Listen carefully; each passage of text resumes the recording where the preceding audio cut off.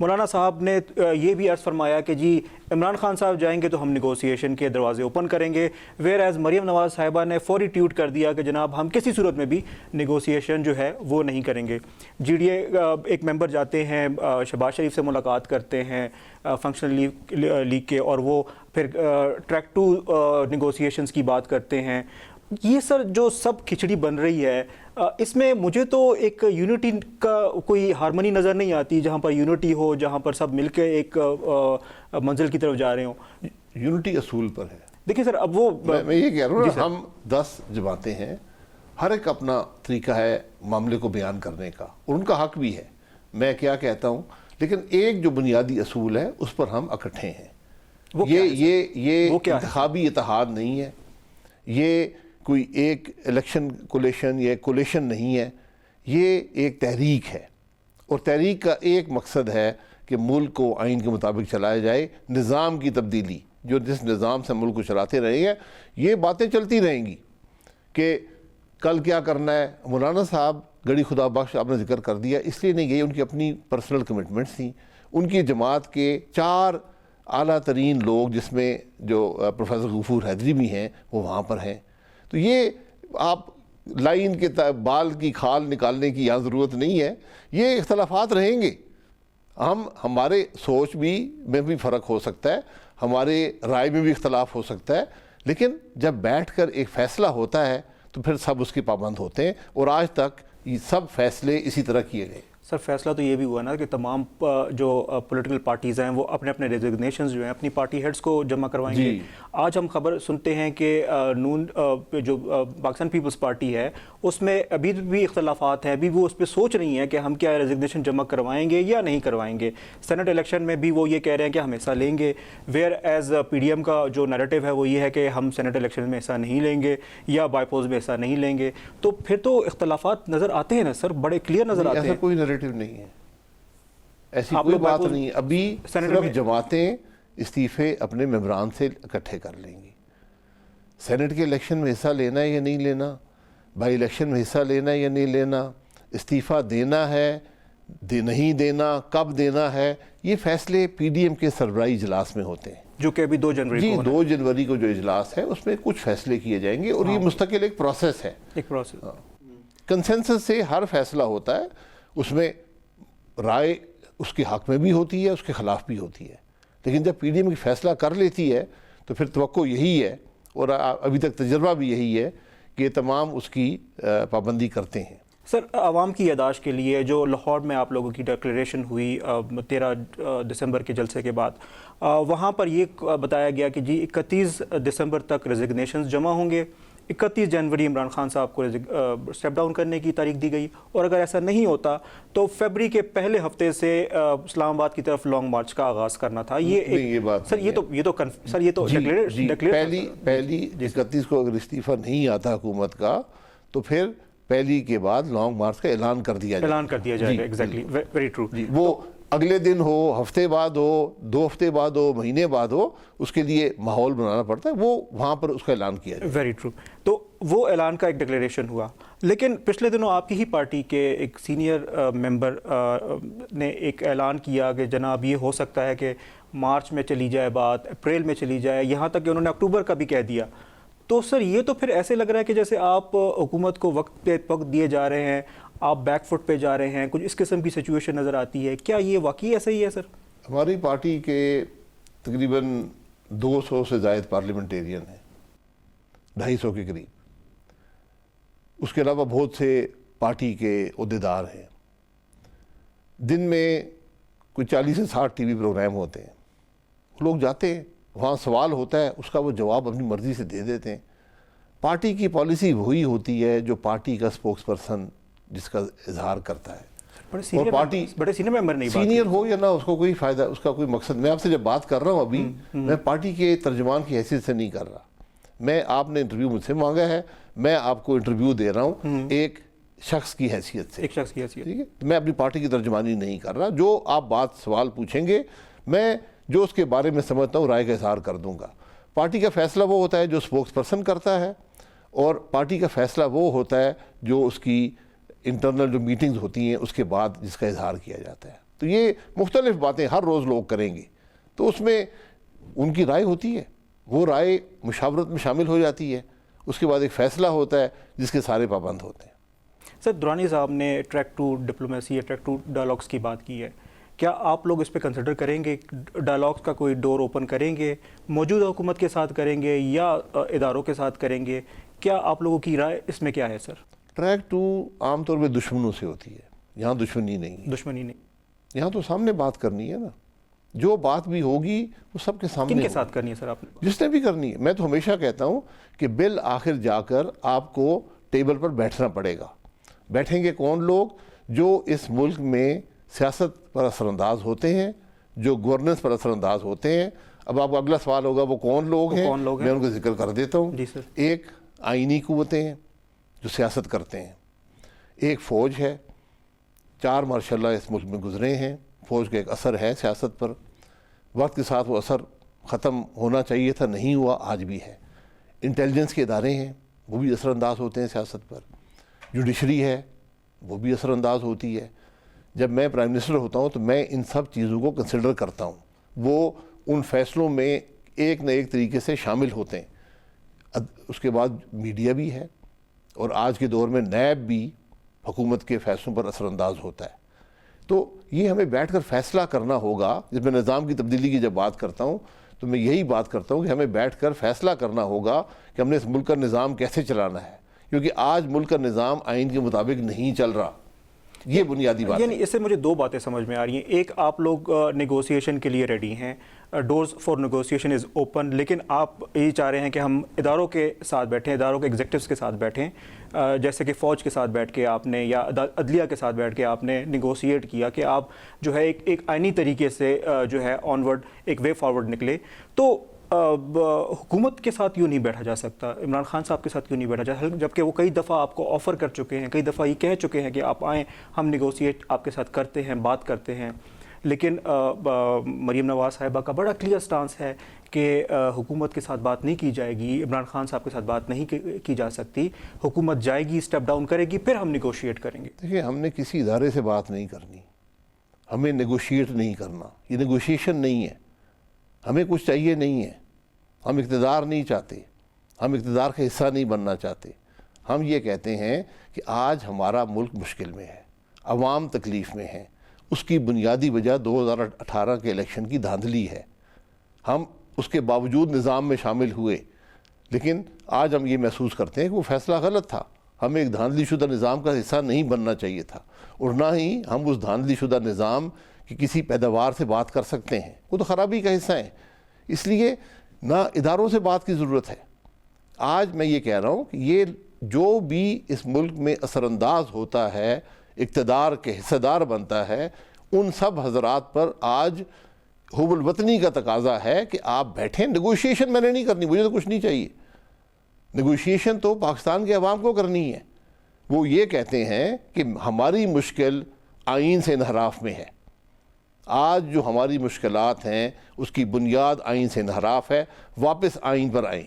ہم تو یہ چاہتے ہیں کہ یہ نظام کی تبدیلی ہو اور ہم واپس آئین پر آئیں۔ ہمیں کوئی نیگوشیشن نہیں کرنی، نہ عمران خان سے کرنی ہے نہ کسی اور سے کرنی ہے، لیکن اگر یہ سمجھتے ہیں کہ یہ نظام چل رہا ہے تو بڑی خوشی سے چلائیں۔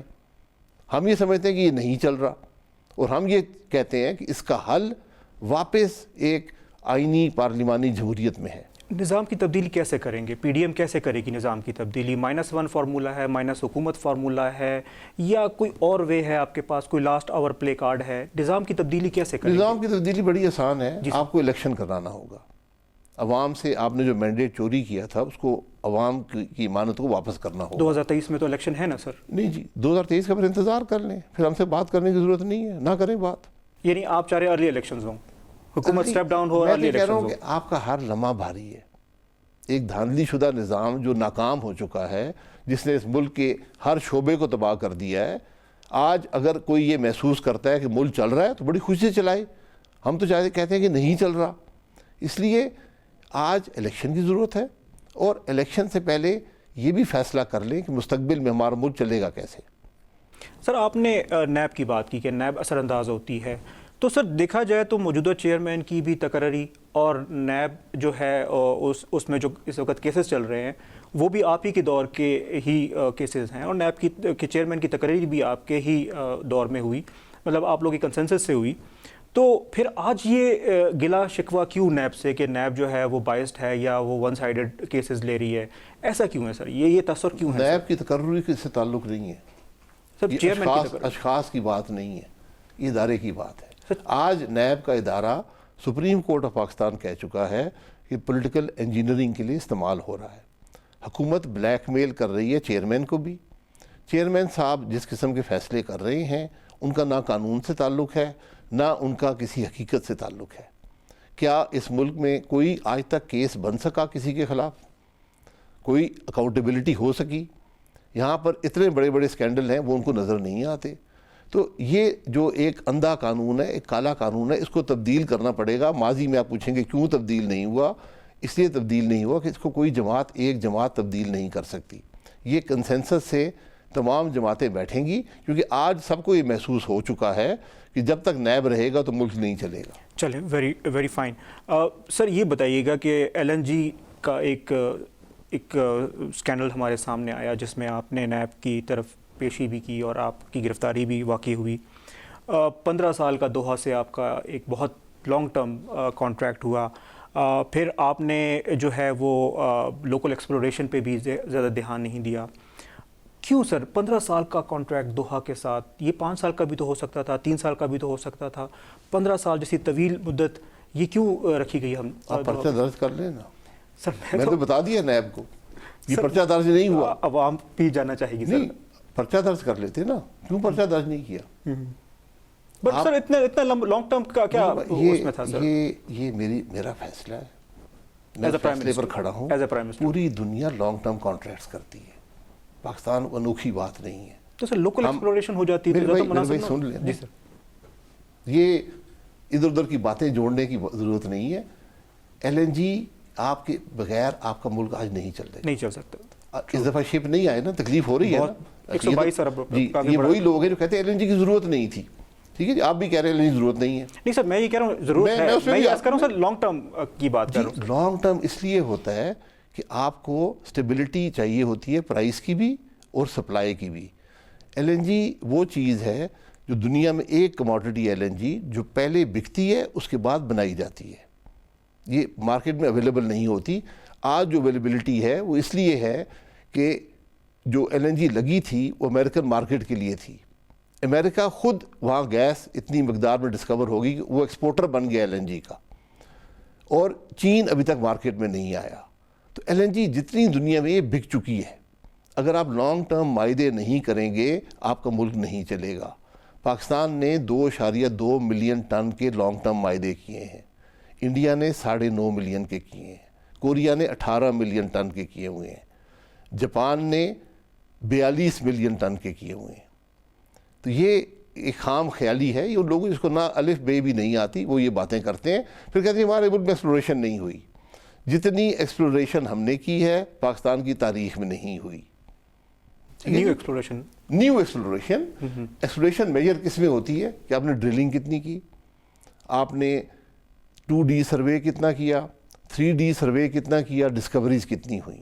ہمارے 5 سال کو جو ریکارڈ ہے اس کی پاکستان کی پوری تاریخ میں نہ اتنی ڈسکوریز ہوئی ہیں، نہ اتنی گیس ملی ہے، نہ اتنا 2D سروے ہوا ہے، نہ اتنا 3D سروے ہوا ہے، نہ اتنی ڈرلنگ ہوئی ہے.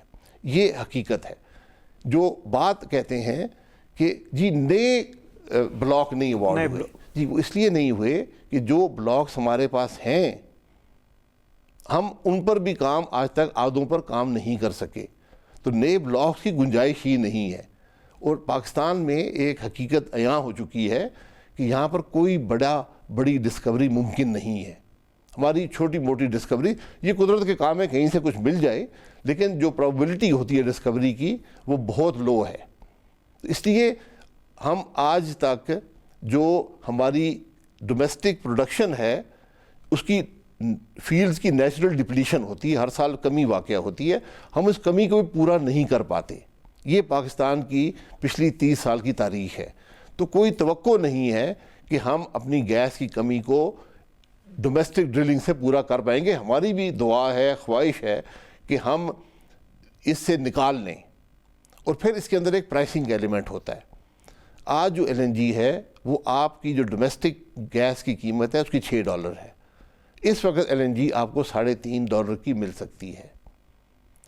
دوسری بات آپ نے سنا ہوگا, اس حکومت کے پرائم منسٹر صاحب نے بھی فرمایا کہ سمندر سے جی گیس نکلے گی. ایگزیکٹلی. ٹھیک ہے, یہ کانٹریکٹ یہ پیپلز پارٹی کے زمانے میں, بلکہ مشرف صاحب کے زمانے میں یہ بلاک ایوارڈ ہوا تھا. اس پر 12-13 سال کام نہیں ہوا. ہم نے ان کو بڑا پش کیا, انہوں نے کام شروع کر دیا. اور 2018 میں یہاں پر وہ شپ آ گیا. یہ شپ سے ڈرلنگ ہوتی ہے, یہ تقریباً 7,000 میٹر. مجھے یاد پڑتا ہے نواز شریف صاحب نے اس کا انیشیٹ کروایا تھا, کمپنی کا جو کمپنی آئی تھی یہاں پر. جی وہ ایکسون آئی تھی. ایکسون آئی تھی. ہاں جی, کیونکہ ایک کمپنی چھوڑ کر چلی گئی تھی تو ہم نے ایکسون کو لے کر آیا, جو دنیا کی سب سے بڑی کمپنی ہے. تو یہ 2018 میں شپ آ گیا, کام شروع ہو گیا. اب مسئلہ یہ ہے, جو نہ یہاں ہمارے وزیر اعظم صاحب کو پتہ ہے, نہ ان کے وزیروں کو پتہ ہے, نہ کسی ان کی منسٹریز کو پتہ ہے. حقیقت یہ ہے کہ اگر وہ گیس نکل آئے تو آپ بڑی مشکل میں ہوں گے. مشکل میں جی مشکل میں. وہ تو عمران خان صاحب تو بڑا کہہ رہے تھے دعا کریں جی تو ہماری قدرت بدل جائے گی, ہماری نصیب بدل جائے گی. وہ کیا ہے سر؟ اس لیے کہ وہ $10 کی گیس ہے. $10. اچھا. وہ $10 میں $10 اور یہ 2.5 ہے اس وقت. جو آپ کے ایل این جی کے جو ہمارے 15 سال کا معاہدہ جسے آپ کہتے ہیں, $2.5 میں ہوا تھا. جی نہیں 2.5 کا نہیں ہے. وہ اس وقت اس کو کمپنیاں جو ہیں آپ کے معاہدے کے کو لے کر آپ کو 2 سال کی جو ایل این جی ہے وہ $4 پہ گارنٹی کر سکتے ہیں, تیل کی قیمت جہاں بھی جائے. ایل این جی تیل کی قیمت سے لنکڈ ہوتا ہے. تو کمپنیز آج کہتی ہیں کہ آپ یہ معاہدہ ہمارے حوالے کر دیں 2 سال کے لیے, ہم آپ کو $4 کی گیس دیں گے. تو $4 کی گیس اور $10 کی اگر نکل آتی تو آپ ذرا خود سوچ لیں کہ ہماری حالت کیا ہوتی. تو یہ باتیں ذرا سوچ سمجھ کر کرنی چاہیے. اچھا. یہ اتنی آسان کام نہیں ہے. میں نے یہ کام کیا ہے, اپنے ہاتھوں سے کیا ہے, تو میں اس کے الف بے سے لے کر یہ تک سارا کام جانتا ہوں. تو آج جو یہ باتیں کرتے ہیں ان کو الف بے بھی نہیں آتی. سر سی ایم بگزار صاحب پرائم منسٹر کی چوائس ہیں, آپ کو کیا لگتا ہے سر تخت پنجاب پہ عثمان بزدار صاحب ایک رائٹ چوائس ہیں؟ دیکھیں یہ تخت نہیں ہے, یہ عوام کے منتخب نمائندوں کی سیٹیں اور یہ بڑی مشکل سیٹیں ہیں. تو جو رویہ وزیر اعظم صاحب کا ہے تو ان کو پھر بزدار صاحب بھی پسند آئے ہیں. اور حقیقت یہ ہے کہ پنجاب وہ صوبہ تھا جس کو پوری جو دوسرے صوبے تھے اپنا ماڈل سمجھتے تھے, پورے پاکستان میں ماڈل سمجھتا تھا. آج اس کی حالت دیکھ لیں, کوئی ڈیولپمنٹ پروجیکٹ اس میں نہیں ہو سکا. ایجوکیشن سسٹم زوال پذیر, ہیلتھ سسٹم زوال پذیر, کوئی ترقی نہیں ہے. کرپشن کا جو عالم ہے وہ پاکستان کی تاریخ میں نہیں ہوا. چینی, یہ میں پنجاب کی بات کر رہا ہوں, گندم, ہر پوزیشن آج پیسے سے بکتی ہے پنجاب میں. جس پوزیشن میں پیسہ بن سکتا ہے پیسے پہ بکتی ہے, دکانیں کھلی ہوئی ہیں. یہ آج عالم ہے پنجاب کا. تو جو آپ دیکھیں گے کہ جب بھی الیکشن ہوئے تو کیا حال ہوتا ہے بزدار صاحب کا اور ان کو لگانے والے کا. پرائم منسٹر صاحب تو کہتے ہیں کہ جناب وہ چونکہ میڈیا کانشنس ہیں, کیمرہ کانشنس ہیں, وہ میڈیا میں آنا نہیں چاہتے, بیان نہیں کرنا چاہتے, لیکن وہ کام بڑا اچھا کرتے ہیں اور مجھے ان پہ پوری امید ہے کہ وہ بڑا اچھا کام کر رہے ہوں گے. پھر کچھ ہمارے وزراء ہیں ان سے جب میری بات ہوتی ہے تو وہ mother and child care hospitals کی بات کرتے ہیں, وہ نکاسیاب کی بات کرتے ہیں, اور وہ پھر ریفر کرتے ہیں شہباز شریف کے اس دور کو جب پانی کھڑا ہو جایا کرتا تھا اور شہباز شریف صاحب جو ہے وہ بڑے بڑے بوٹ پہن کے وہاں آ جایا کرتے تھے. پھر یہ ان کے وزراء کی میں اسٹیٹمنٹ آپ کو دے رہا ہوں. پھر وہ یہ کہتے ہیں کہ آج آپ جائیں, بارش ہوتی ہے تو چند منٹوں میں یا چند گھنٹوں میں جو ہے وہ لاہور میں نکاسی آب جو ہے وہ آپ کو نظر میں آتا ہے. تو یہ سارے کام عثمان بزدار صاحب بھی تو کر رہے ہیں. ماشاءاللہ. تو سر میں ماشاءاللہ ہی کہہ سکتا ہوں. سر ماشاءاللہ تو بالکل آپ کو جی وہ تو ٹھیک ہے جی, اگر کر رہے ہیں تو بڑی اچھی بات ہے. تو سر آپ کا کیا ہے؟ میں یہی کہہ رہا ہوں سر, کوئی ایک منصوبہ بتا دے جو انہوں نے شروع کیا ہو. میں 2 منصوبوں کی بات نہیں کر رہا ہوں. نکاسی آپ کا منصوبہ ہی بتا دیں, لاہور کی نکاسی آپ کا منصوبہ بتا دیں, کچھ بتا دیں. کچھ نہیں ہے. میں تو کہتا ہوں نا 11 اسپوکس پرسن رکھے ہیں انہوں نے, وہ 11 صرف اپوزیشن کو گالی دینے کے علاوہ کچھ نہیں کرتے. تو وہ 11 کی ذمہ داری لگا دیں کہ ہمیں یہ بتا دیا کریں کہ بزدار صاحب نے آج تک کیا کیا ہے, 2.5 سال میں کیا کیا ہے. مجھے تو کچھ نظر نہیں آتا. آپ ہر سڑک ٹوٹی پھوٹی ہے, اسکولوں میں استاد نہیں ہے, ہر نظام تباہ ہو چکا ہے. کرپشن کا عالم میں نے آپ کو بتایا ہے. ڈسٹرکٹ فوڈ کنٹرولر کی 18 گریڈ کی پوزیشن ہے, ٹیچر لگے ہوئے ہیں, ٹیچر ان پوزیشن پر لگے ہیں, 5-5, 10-10 کروڑ روپیہ دے کر لگے ہیں. کوئی پوچھنے والا ہے؟ کوئی پوچھنے والا نہیں. نہ نیا پوچھتا ہے نہ کوئی اور پوچھتا ہے. یعنی سر آپ بتا رہے ہیں کہ وہ 5-5, 10-10 کروڑ روپے لے کر لوگوں کو لگوا رہے ہیں. جی, ایک نہیں ہے, لائنیں لگی ہوئی ہیں پوزیشنوں کی. تھانے دار لگتے ہیں, ایس پی لگتے ہیں, اے سی لگتے ہیں, فوڈ کنٹرولر لگتے ہیں. جو پوزیشن ہے آج پیسے پر بکتی ہے پنجاب میں, یہ آج پنجاب کی حقیقت ہے. اور آپ کو نظر آتا ہے گورننس کے اندر کہ ہو کیا رہا ہے. یہ گندم کیسے یہاں پر پہنچی, 35 روپے کی گندم کیسے, آٹا جو تھا وہ کیسے 70-75 پر پہنچا, 80 پہ پہنچا. چینی 115 تک گئی. آج بھی 53 روپے کی چینی 75 اور 80 کی بک رہی ہے امپورٹ کرنے کے باوجود. اور یہ بھی حقیقت ہے کہ جو امپورٹ چینی کی گئی وہ آج بک نہیں پاتی کیونکہ وہ مہنگی ہے, جو مہنگے داموں خریدی گئی. تو یہاں تو کوئی حد نہیں ہے کرپشن کی اور نااہلی کی. اچھا, coming back to the LNG جو ہم جس پہ بات کر رہے تھے, جس وقت یہ LNG کے پروجیکٹس ٹرمینلز کا جو آپ نے پروجیکٹ اٹھایا اس وقت 250 ارب روپے منسٹری آف فائنانس کے پاس تھے اسی پروجیکٹ کے لیے. لیکن جب کمپنیاں وہاں پر انہوں نے رجوع کیا تو وہ پیسہ نہیں تھا وہاں پر. وہ پیسہ سر کہاں گیا؟ وہ پیسہ آج بھی منسٹری آف فائنانس کے پاس ہے. سر منسٹری آف فائنانس تو کہہ رہی تھی ہمارے پاس نہیں ہے. سر منسٹری آف فائنانس آپ ہی کی تو تھی میرے بھائی. وہ یہ حکومت کے خزانے میں ہے, حکومت کے اکاؤنٹس میں ہے. ہماری حکومت کی آمدن کم ہوتی ہے, خرچہ زیادہ ہوتا ہے, تو وہ وہی اکاؤنٹس میں موجود ہے. اور وہ ان پر خرچ نہیں ہو سکتا تھا جو LNG ٹرمینلز ہیں اور جو پائپ لائن انہیں کے لیے کیا گیا تھا. تو جی انہیں کے لیے ڈیزگنیٹ کیا گیا تھا. وہ تھا ایران پاکستان پائپ لائن کے لیے اور ٹیپی کے لیے. 2 یہ بنیادی چیزیں تھیں.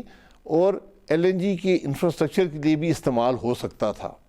LNG کا انفراسٹرکچر ہم سے نہیں بنتا, تو پرائیویٹ کمپنیز ہوتی. وہ آپ کو ہم نے اس کو IPP موڈ میں بنایا اور کامیابی سے بنایا.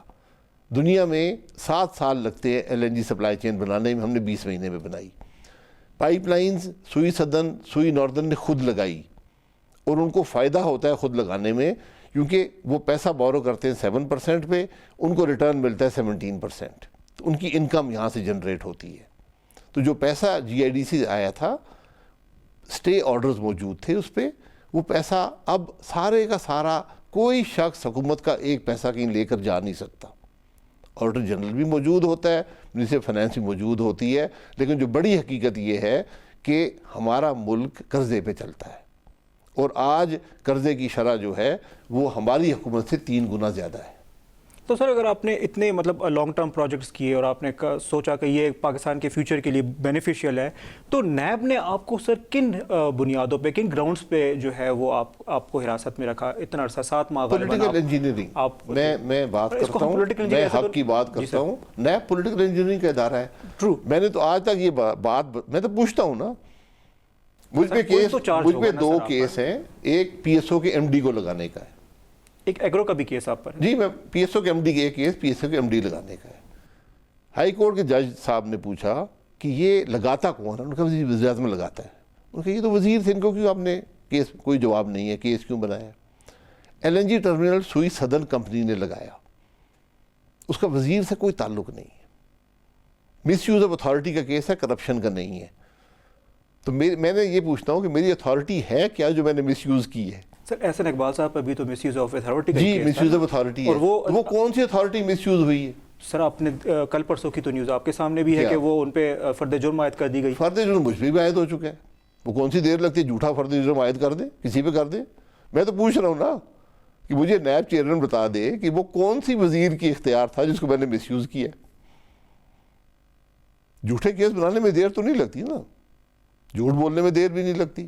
آپ نے 7 ماہ جیل میں گزارے سر, یار میں جیلوں سے نہیں گھبراتا، میں نہ مجھے خوف ہے نہ مجھے ان چیئرمینوں سے خوف ہے، میں نے تو ان کو وعدہ کیا ان کی گربان پہ ہاتھ ڈالوں گا، میں سیدھی سیدھی بات کرتا ہوں. بٹ صرف وہ جو میرے ساتھ ناانصافی کرے گا میرا حق ہے اس کے ساتھ ناانصافی کرنے کا. True, very true. بٹ جو 7 ماہ آپ نے گزارے، آپ کی زندگی کے 7 ماہ قید میں گزارے، میں سے پہلے بھی 2 سال گزار چکا. بالکل سر. لیکن آپ جب عرض کر رہے ہیں کہ جی وہ تو میری کوئی اس میں غلطی ہی نہیں، نہ کوئی کیس ہے، لیکن زندگی کے 7 ماہ آپ نے قید میں گزارے، تو کوئی تو ایسی جواز ہوگا ایڈمنسٹریشن کے پاس، نیب کے پاس؟ کوئی جواز نہیں میرے بھائی، کوئی جواز نہیں ہے، کوئی جواز نہیں. یہ اس آج حقیقت ہے ناانصافی کی اس ملک میں، کوئی جواز نہیں ہے. شہباز شریف کو کیوں گرفتار کیا؟ آج ٹرائل ہو رہا ہے. آپ گرفتار اس وقت کرتے ہیں جو آپ نے کوئی تفتیش کرنی ہو. میں تو آج بھی کہتا ہوں نا، آپ تفتیش کیمرہ لگا کر کریں، پاکستان کے عوام کو دکھائیں، ہم عوام کے نمائندے ہیں. آپ نے ٹرائل کرنا ہے، کورٹ میں کیمرے لگائیں، پاکستان کے عوام کو دکھائیں کون سی جرم ہوا ہے.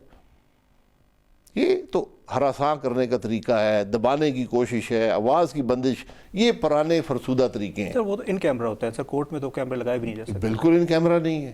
کون کہتا ہے ان کیمرہ؟ دنیا بھر میں ان کیمرہ بالکل نہیں ہے. دنیا میں کیمرے لگے ہوئے ہیں. میں تو مجرم ہوں نا، ملزم آپ نے الزام لگایا ہے، میں کہہ رہا ہوں لگائے نا، آپ کیوں گھبراتے ہیں؟ وہاں پر رپورٹرز ہوتے ہیں، کوئی ان کیمرہ نہیں ہوتا. میں تو کہتا ہوں دکھائیں پاکستان کے عوام کو یہ عدالتوں میں ہو کیا رہا ہے، کیا چیئرمین نیب نے الزامات لگائے ہیں.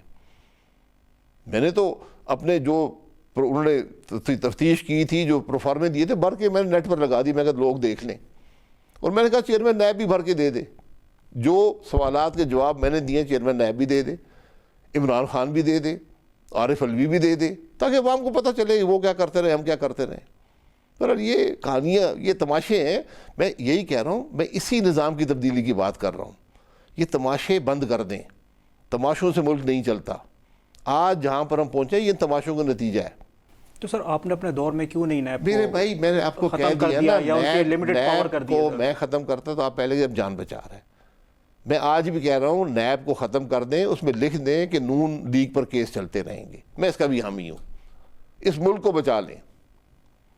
سر لاسٹ کوشچن، جی فیبری میں اگر الیکشنز ہو جاتے ہیں، سینٹ کے انتخابات ہو جاتے ہیں، جیسے کہ حکومت اس پر متفق بھی ہے، آپ دھرنوں پہ ہوتے ہیں یا آپ لانگ مارچز میں ہوتے ہیں اور وہاں سینٹ کے الیکشنز ہو رہے ہوتے ہیں، تو کیا یہ آپ حکومت کے پاؤں مضبوط کر رہے ہیں یا حکومت کے پاؤں کمزور؟ مجھے تو حکومت کے پاؤں مضبوط ہوتے نظر آ رہے ہیں سر. بڑی اچھی بات ہے، پھر ملک کے مسائل حل ہو جائیں گے. اپر ہاؤس لوور ہاؤس دونوں عمران خان صاحب کے پاس آ جائیں گے.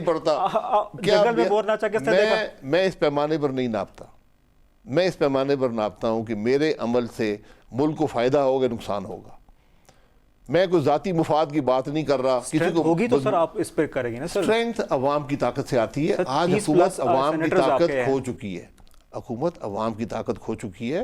وہ ساری قومی اسمبلی اپنے ساتھ رکھ لے، پورا سینٹ رکھ لے، ہر صوبائی اسمبلی رکھ لے، ملک نہیں چلے گا. سر کیا مسلم لیگ نون سینٹ کے انتخابات میں حصہ لے گی، بائی پولز میں حصہ لے گی؟ میرے بھائی میں نے آپ کو بتایا یہ میرا فیصلہ نہیں ہے. یہ مشاورت سے جماعت فیصلہ کرتی ہے. لیڈرشپ پہ ہیں سر. جی میں لیڈرشپ میں ایک آدمی ہوں اور میں 32 سال بعد یہاں پہنچا ہوں. تو اس لیے لیڈرشپ جب بیٹھتی ہے وہ فیصلہ کرتی ہے، پھر اس فیصلے کا اظہار کرتی ہے. مشاورت ابھی جاری ہے. 2 تاریخ کو پی ڈی ایم کا صدارت سربراہی اجلاس ہوگا، وہاں پر یہ معاملات طے ہو جائیں گے.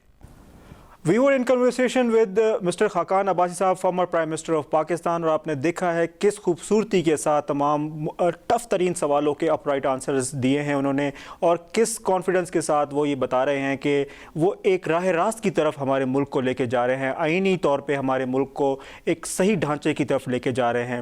اگر ایسا ہے تو پاکستان کا ہر نوجوان یہی خواہش کرے گا کہ ایسا ہو تو ہمارا ملک جو ہے وہ دنیا کے نقشے میں سب سے کامیاب ترین ملک ہوگا.